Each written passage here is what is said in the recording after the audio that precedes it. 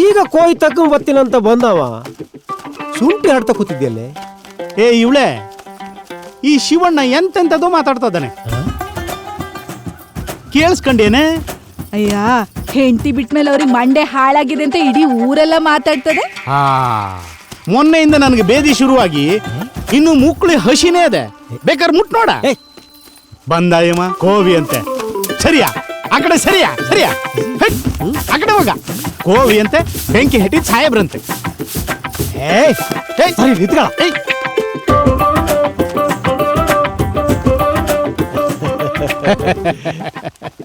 ಅಲ್ಲ ಸಂಜೀವಣ್ಣ, ನಿನ್ನೆ ಅಷ್ಟೇ ನಿಮ್ ಯಶೋದಕ್ಕ ಕಾಪಿ ಮಾಡಿಕೊಟ್ಟಾರೆ, ಕುಡ್ಕೊಂಡು ಹೋಗಿನಿ.